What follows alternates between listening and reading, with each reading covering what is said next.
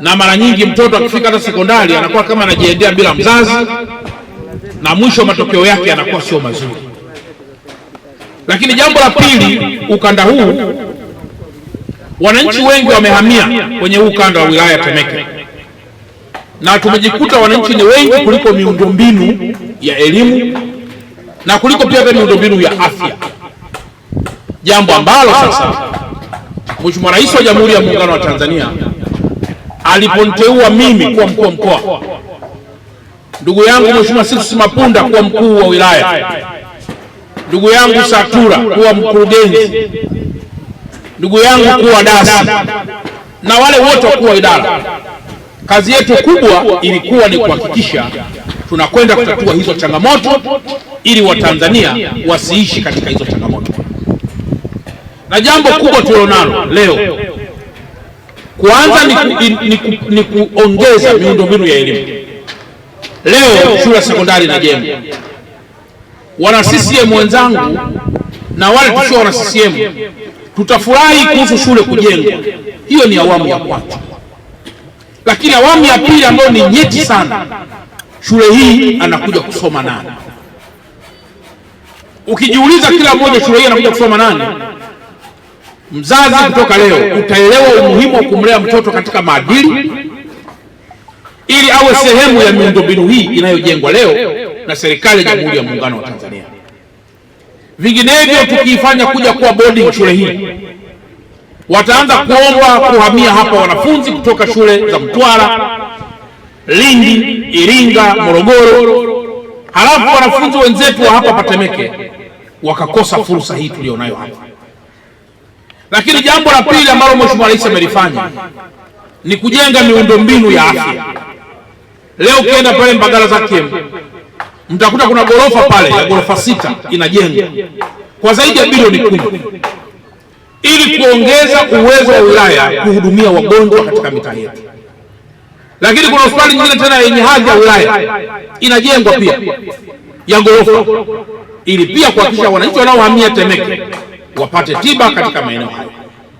Sasa hii miradi ya elimu tulisema kwa sababu watoto huku Temeke ni wengi na maeneo ni machache, tuache tabia kujenga madarasa ya chini, tuanze kupandisha magorofa ili watoto sio wanashangaa magorofa ya wafanyabiashara, wawe pia na wao sehemu ya kufaidika kwa matunda mazuri aliyoweka Mheshimiwa Dr. Samia Suluhu Hassan.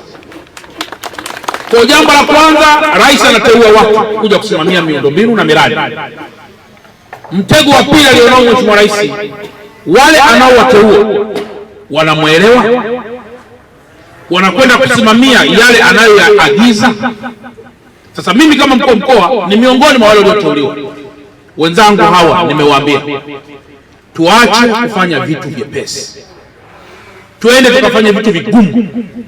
Na ili uamini kwamba hiki ni kitu kigumu, kama uamini kwamba hiki ni kitu kigumu, chukua nondo hii ivunje kama mua. Ukikuta ivunjiki, haya ni maamuzi magumu. Kama uamini kwamba hiki ni kitu kigumu, piga kwenzi tofali inayotumia kujengewa hapa. Ukiumia ujue haya ni maamuzi magumu. Lakini kama haya huoni maamuzi magumu, kwa kuwa hapa pia kutakuja kuwa na umeme, kunajengwa pia na umeme, basi shika huo umeme na mikono yako.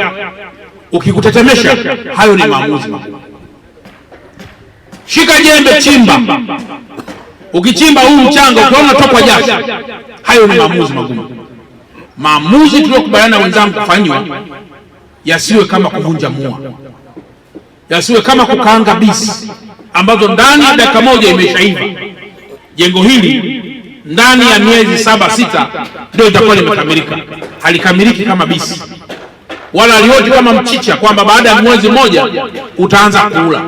Haya ndio maamuzi makubwa, na haya naombeni ndugu zangu muwapigieni makofi wasimamizi wetu, lakini na ninyi jipigeni makofi kwa kuwa ni watu wema mnaoipenda miradi hii ije kwenu. Peke yao chini ya usimamizi wa wilaya ya ndugu yangu Mheshimiwa Mapunda pamoja na baraza la madiwani ambalo nalo tunalisubiria lije lijengwe tena, lakini hili ndio maliza pia muda wake. Wametoa mchango mkubwa. Miradi inayokwenda kujengwa ndani ya miaka 2 kuanzia sasa ambayo itajengwa kwa fedha za halmashauri au fedha za manispaa si chini ya bilioni 70. Bilioni 70 zitajenga shule, viwanja vya michezo, tajenga zahanati, tajenga hospitali, tajenga nyumba za walimu na vitu vinginevyo, wakati TARURA wanaendelea na barabara, TANESCO wanaendelea na umeme na watu wengineo wataendelea na miundombinu mingine.